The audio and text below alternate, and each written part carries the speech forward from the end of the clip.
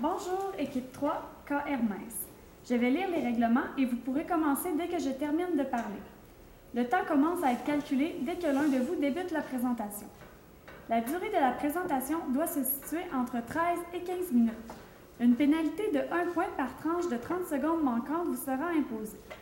Le décompte du temps vous sera indiqué à l'aide d'un carton lorsqu'il restera 10 minutes, 5 minutes, 1 minute et 30 secondes. Le décompte des 10 dernières secondes sera fait à l'aide de mes mains. Lorsque votre présentation sera terminée, les juges auront droit à une période de questions de 5 minutes. J'inviterai maintenant les juges à se présenter. Je commence par moi. Benoît Couture, je suis directeur de la dotation à Revenu Québec. Bonjour, Daniel Quentin, vice-président pour recouvrement à Revenu Québec. Bonjour, moi je suis à Revenu Québec. Mon nom c'est Éric Maranda, je suis directeur principal de la recherche et innovation. Bonjour, Léon Bredou, gestionnaire immobilier chez G-Paradis.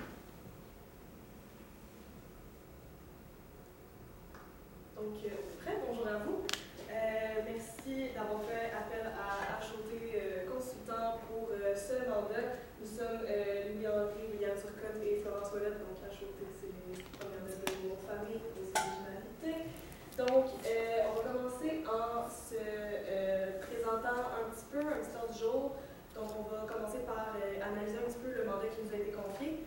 Ensuite, on va vous parler des stratégies auxquelles nous avons pensé niveau ressources humaines et le développement de la solution informatique.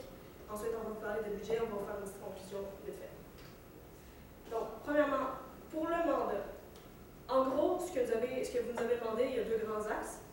Il y a une gestion d'un projet informatique qui doit être adaptée à une situation exceptionnelle, hors norme et malheureuse. Donc, une sorte de gestion de projet en gestion de crise, tout autant administrative, si on peut dire, que côté humain.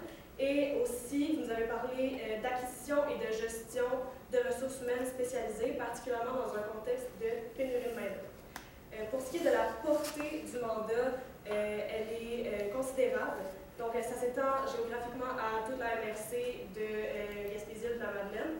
Et comme je le disais précédemment, c'est une gestion de crise qui est avant tout humaine, avec des gens qui souhaitent être rassurés et qui souhaitent se sentir pris en charge par des gens avec des visages et non par des services automatisés qui sont plutôt impersonnels, alors qu'ils sont en état de choc. Pour commencer à réaliser notre projet, dans le fond, on va falloir embaucher et faire une équipe pour réaliser un site web et ensuite designer une équipe pour designer le site. Ensuite, on va premièrement les mettre en place, physiquement, ces solutions-là. Ensuite de ça, les gens vont devoir évidemment les utiliser pour traiter leurs réclamations, leurs demandes et ce dont ils ont besoin de la part de Revenu Québec, c'est-à-dire. Et finalement, ils vont recevoir l'argent qu'ils veulent pour pouvoir faire passer cette période désagréable de leur vie derrière eux, que ce soit fini et qu'ils puissent passer à un autre appel, comme on dit. Puis, évidemment, après, il va falloir que Revenu Québec fasse un petit suivi parce que les choses vont être faites rapidement. Et il faut s'en dire que dans ce temps-là, on est tous des humains, il y a des petites choses qui peuvent glisser par-ci par-là, mais un suivi discret et rapide pour que ce soit derrière la vie de ces gens-là puis qu'ils n'en entendent plus parler par la suite. Pour l'embauche des chargés de projet et de la main-d'œuvre, ça c'est notre stratégie en ressources humaines. Notre meilleure solution, ce serait d'en faire partie à contrat. On avait M. Chris Lacroix, si je me rappelle bien, qui travaille pour la firme SPE, qu'on aimerait charger avec son équipe de chez SPE de concevoir la plateforme dont on parle, premièrement sur le site de Revenu Québec. Il y aurait un onglet particulier pour ces sinistrés-là en particulier, un design web clair simple, qu'il pourra se charger de faire selon sa propre convention collective de son entreprise à lui. Donc, ce serait un contrat que Revenu Québec octroierait à SPE vraiment. Et finalement, pour les chargés de projet, les gens, vous avez des recommandations particulières à faire, par exemple 8 ans d'expérience, tout ça. Quelque chose qui marche très bien en pénurie de main-d'œuvre, c'est la chasse de tête. une industrie qui est florissante en ce moment, c'est l'industrie du recrutement et de l'impartition de personnel. Il y a plusieurs agences qui sont chargées de faire ça. Et la charge de tête consiste précisément à faire ça. Et ce serait parfaitement adapté à votre situation parce que Revenu Québec offre des avantages d'emploi qui sont considérables, qui sont exceptionnels et qu'il y a nulle part ailleurs. Donc, ça, premièrement, pour attirer les gens, c'est bien. Des gens qui ont besoin en TI d'un besoin d'accomplissement personnel, on s'en rappelle, qui veulent se sentir utiles. Quoi de mieux, en fait, qu'une situation de crise pour sentir qu'on aide quelqu'un, qu'on a un impact réel, en plus dans un tout petit délai de 6 mois. C'est parfait parce qu'au début, on propose un projet, un contrat à la personne, puis au bout de 6 mois, on voit un résultat. C'est une situation d'implication, de récompense. Donc, c'est sûr que la chasse de tête, pour ça, c'est la meilleure idée. Puis, après ça, ces gens-là, ben, ils ont le pied dans la porte de chez Revenu Québec. Donc, c'est sûr qu'une fois qu'ils vont avoir vu tous les avantages que Revenu Québec peut leur apporter, c'est une super opportunité de recrutement pour Revenu Québec. Ensuite, pour l'équipe multidisciplinaire, Louise a divisé ça en étapes tout à l'heure. Donc, on avait notre équipe de design, Chris Lacroix, comme je vous en ai parlé tout à l'heure, Josiane Bilodeau, Martin Côté et Rémi Lapluie pour leurs compétences en identification des besoins, leurs compétences en informatique et leurs compétences de leadership. C'est pour ça qu'on les a choisis. Ensuite, c'est sûr qu'il y a une étape de vérification parce qu'on veut que ce soit vite fait, mais on veut que ce soit bien fait. Il n'y a pas de marge d'erreur possible là, avec la conception de la plateforme parce qu'il faut que les gens puissent s'en servir rapidement, que ce soit clair, simple, facile et rassurant pour que autant Christophe, 23 ans, que Ginette, 70 ans, soient capables de l'utiliser sans problème. Donc pour ça, on a choisi Mike Poulin à la vérification parce que c'est ça son expertise. Ensuite, pour le déploiement de la solution dont on va vous parler plus en détail plus tard, il va y avoir Martine Côté pour ses talents de leader et de communicatrice comme porte-parole de l'équipe de design pour s'assurer qu'il y a un suivi qui est fait, que tout ça se passe fluidement et qu'il n'y a pas d'erreur de compréhension entre les deux équipes. Ensuite, je vais vous parler pour ses relations publiques et José Bilodeau pour ses multiples années d'expérience en déploiement de solutions comme celle-là. Ensuite, aux opérations, c'est là que nos chargés de projet entrent en ligne de compte. Il y aurait Rémi Lapluie à la tête pour chapeauter tout ça, encore une fois, pour ses talents d'analyse et de répondre aux besoins des gens pour s'assurer que tout ça est bel et bien fait. Donc, vous remarquez, il y a une chaîne, une étapes assurées par des personnes qui s'insèrent dans d'autres équipes. Ensuite de ça, les chargés de projet. Julie est parlée comme consultante en relations publiques et autre opportunité de recrutement pour Revenu Québec pour chercher des gens en TI. Des gens en TI avec 8 ans d'expérience, il y en a beaucoup, mais beaucoup sont déjà dans les entreprises. Ça, c'est la job des chasseurs de tête, c'est super. Mais pour s'assurer que Revenu Québec va rester avec des gens à la fin, nous avons jugé que ce serait bien d'aller chercher des stagiaires qui ont soit moins d'années d'expérience, soit qui sont encore aux études. On sait que dans ces domaines-là, ça pullule de petits génies qui veulent se sentir utiles. Donc, pour Revenu Québec, ça peut être une super opportunité. Ces petits génies-là, ils arrivent dans le monde, là, si on peut se mettre la main dessus et les garder, c'est le temps. Dans le fond, les détails de la solution informatique, dans le fond, nous, on avait pensé à installer des bornes qu'on va pouvoir installer dans les villages relais de la Gaspésie. Ça qui va faire parce que, dans le fond, à cause de la catastrophe, comme on peut le voir dans la situation, au site de la Madeleine, il y a des maisons qui ont été détruites. Donc, sûrement qui n'ont pas d'Internet, ne vont pas pouvoir consulter notre site. Et nous, ce qu'on a pensé, c'est installer des bornes en métal avec un iPad dessus. L'iPad dessus, on va pouvoir aller remplir notre déclaration de dommages. Donc, ça va pouvoir faciliter aux personnes de compléter leur déclaration. Donc, ensuite de ça, il y a aussi la façon pour les personnes qui ont Internet, qui vont pouvoir aller directement sur le site de Revenu Québec. Il va y avoir un nouveau onglet. Le nouveau onglet est la même chose que la borne, mais ils vont pouvoir faire ça à la maison et ça va être facile. Dans le fond, nous, ce qu'on a fait, c'est juste marquer votre numéro d'assurance sociale. Ça va amener directement à votre dossier. Puis sur votre dossier, vous allez tout avoir les informations à remplir, ça va être clair, ça va être simple. Puis ensuite de ça, il va y avoir les chargés de projet qui vont. Pardon, les chargés de projet, Les expériences institutionnelles. Non.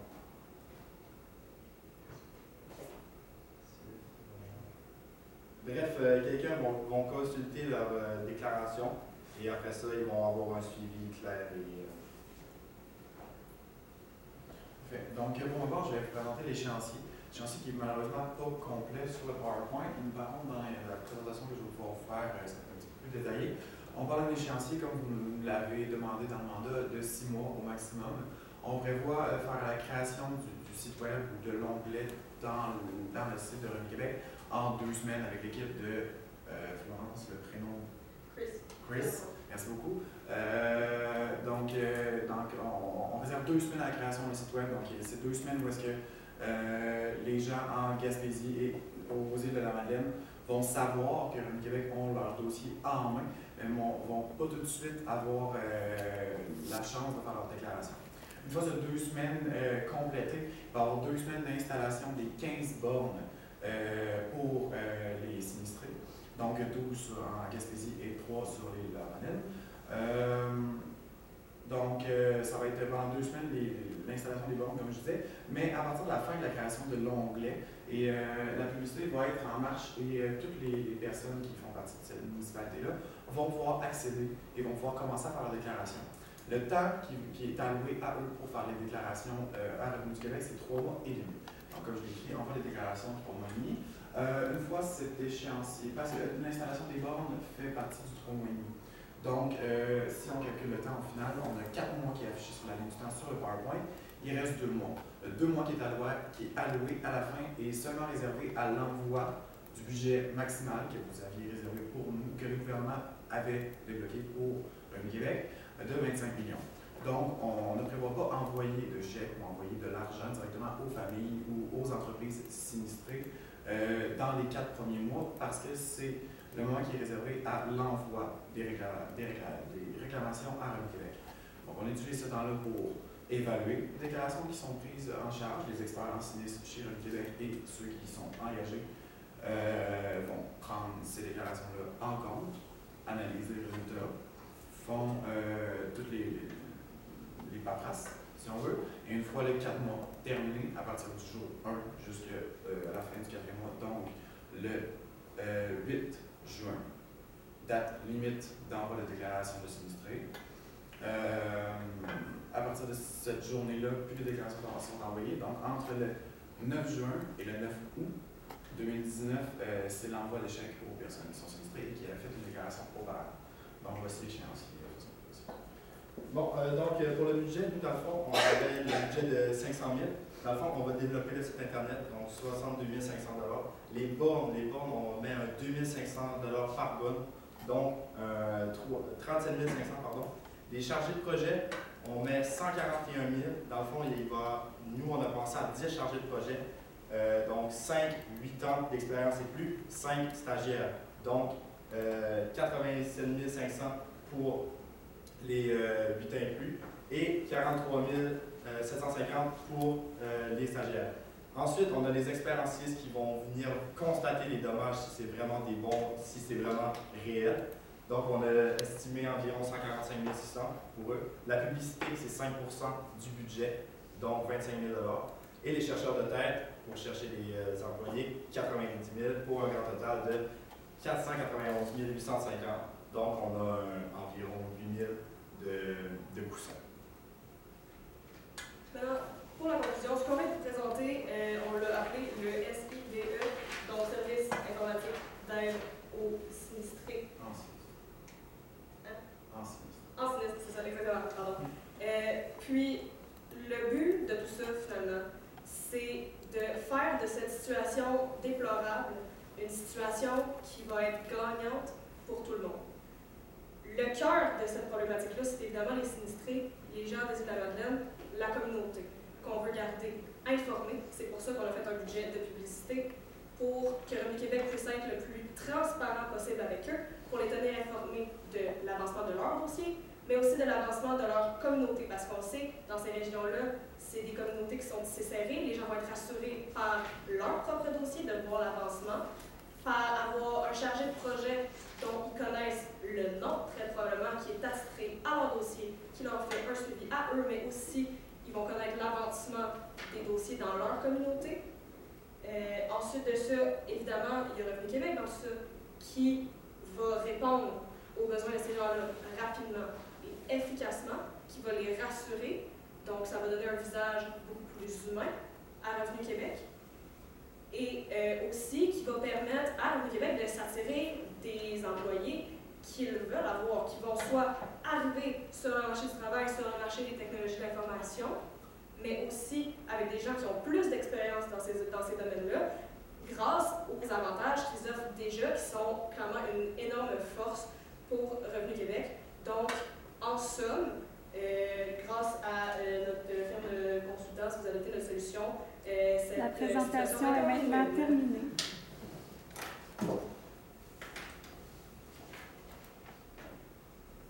Des questions? Oui. Moi, dans le fond, quand vous avez présenté votre équipe multidisciplinaire, vous avez parlé d'équipe de design, de vérification, d'équipe pour le déploiement d'opérations. Moi, je me demandais comment vous allez vous assurer qu'il y a un fil conducteur entre ces différentes équipes-là pour pas qu'il y ait des silos, mais qu'il y ait un travail de collaboration. Des réunions hebdomadaires, ou même plus. Le plus important dans chacune de ces équipes-là, c'est la communication. Peu importe l'équipe, peu importe où, il doit y avoir deux choses. Meilleure gestion des ressources humaines. Les personnes qui sont là, c'est des personnes qui ont des connaissances similaires et qui doivent avoir des goûts similaires. C'est des personnes qui pensent de la même façon. Donc, à ce niveau des ressources humaines, c'est bien fait. On n'a pas fait les équipes en mélangeant des compétences différentes. On a fait des équipes en fonction des compétences qui sont pareilles ou similaires. Donc, à ce niveau-là, c'est correct. Après ça, c'est au niveau de la communication. Il y a un lion qui a une mauvaise communication, ça ne peut pas fonctionner. La meilleure façon d'avoir des équipes qui fonctionnent bien, dans ce cas-là, c'est d'avoir des réunions récurrentes, d'avoir une bonne communication, d'avoir un bon système entre eux. À partir de là, nous, notre firme, ne peut pas contrôler à quel niveau ces équipes-là vont faire leur communication, mais c'est en notre but que ce soit le mieux fait. Donc. Merci. Au niveau de la communication, dans l'expression du mandat, vous aviez parlé de la gestion de la crise, que c'était une situation qui était en demande. J'ai moins entendu ou j'ai moins retenu la façon que vous alliez communiquer avec la population pour pouvoir les rassurer. Pouvez-vous nous en parler un petit peu plus? Je peux aller. Nous avons pensé à, entre autres, les gens vont savoir via des publicités, les modèles classiques, réseaux sociaux, tout ça. C'est un moyen qui est super efficace de rejoindre les gens. En plus, les gens vont être là-dessus pour se tenir informés de leurs proches et de leurs amis. Donc, même ceux qui n'ont pas Internet vont probablement en entendre parler par des gens qui l'ont inévitablement. Il y a une part de bouche à oreille là-dedans, bien que la stratégie ne repose pas du tout là-dessus. Mais vu les circonstances exceptionnelles, c'est un petit peu inévitable. Donc, probablement ça. Et ensuite, pour le suivi plus tard, c'est sûr qu'il y a une espèce d'infolettre. Quand je parlais de suivi de votre dossier, tout le monde va avoir les adresses courriels de ces gens-là. Ça fait partie des informations qu'ils vont devoir donner. Et pour leur communauté, exactement. Par exemple, le chargé de projet qui a leur dossier va pouvoir signer son nom à la fin pour donner vraiment un visage humain à ça. C'est des services qui ont moyen d'être généralisés, mais en même temps plutôt personnalisés. Parce qu'il y a beaucoup de sinistrés, mais chaque personne est un individu qui prend vraiment de l'expansion puisqu'ils sont dans l'état choc. Donc, c'est un excellent moyen de concilier l'aspect automatique et le grand spectre de la solution aux besoins de ces gens-là.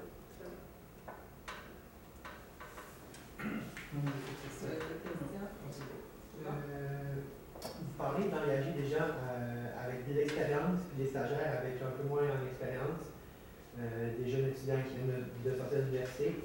Vous ne pensez pas qu'il va y avoir une disparité au niveau du gage de la qualité que Revenu Québec offre ses services aux sinistrés? Mais moi, je dirais que non, parce que dans le fond, les personnes ayant 8 ans et plus, comme il y en a 5, vont pouvoir montrer aux stagiaires comment bien faire la procédure, comment bien faire tout ça pour pas qu'il y ait. Pour que ça reste dans le fond professionnel et que ça reste concret à Revenu Québec, puis que Revenu Québec garde son titre, dans le fond, sa parure de bien fait et. Non, pas bien fait, professionniste. Merci. Merci beaucoup. Merci à vous.